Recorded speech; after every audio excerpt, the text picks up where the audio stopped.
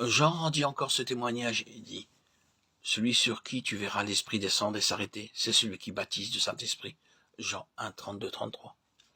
La prédication de Jean-Baptiste parlait de Christ comme de l'agneau de Dieu, qui ôte le péché du monde, et comme de celui qui baptiserait ses disciples du Saint-Esprit et de feu. Jean 1, 29, Luc 3, 16. Le sang de l'agneau et le baptême de l'Esprit. Voilà les deux vérités centrales de sa profession de foi et de sa prédication. Elles sont en effet inséparables.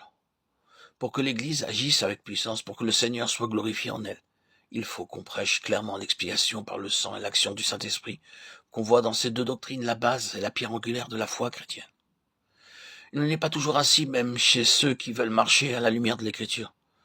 L'intelligence humaine admet plus facilement les souffrances et l'expiation de l'agneau de Dieu, suivi du pardon et de la paix qui en résultent, que la doctrine plus abstraite du baptême du Saint-Esprit, de son habitation dans l'homme et de sa direction habituelle. Le sang de Christ a été répandu d'une manière visible et frappante, en sorte qu'à l'aide de types, il n'est pas difficile d'en saisir la signification, tandis que l'effusion de l'Esprit est venue directement du ciel, et qu'ainsi on la tient généralement pour un mystère divin, impénétrable. Le sang purifie les impies et les rebelles, tandis que le don de l'Esprit s'adresse aux disciples obéissants.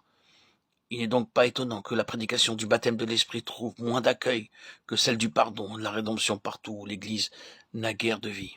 Et pourtant, ce n'est pas là ce que Dieu voulait. Déjà, l'Ancien Testament avait promis que l'Esprit viendrait demeurer en l'homme.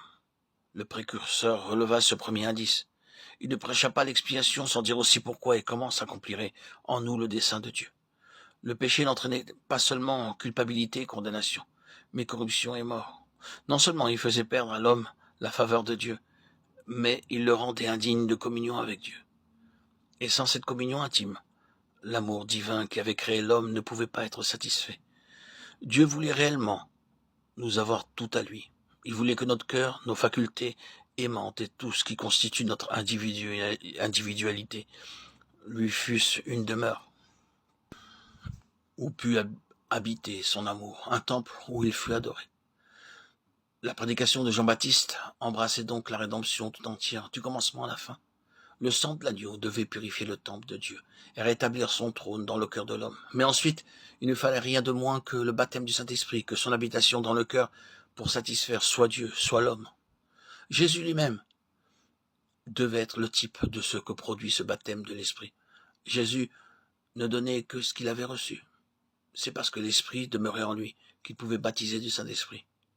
Que signifie donc cette effusion de l'Esprit descendant d'en haut pour habiter en lui? Jésus avait été conçu du Saint-Esprit. Par la puissance de l'Esprit, il avait traversé sans péché l'enfance et la jeunesse pour arriver sans péché à l'âge adulte.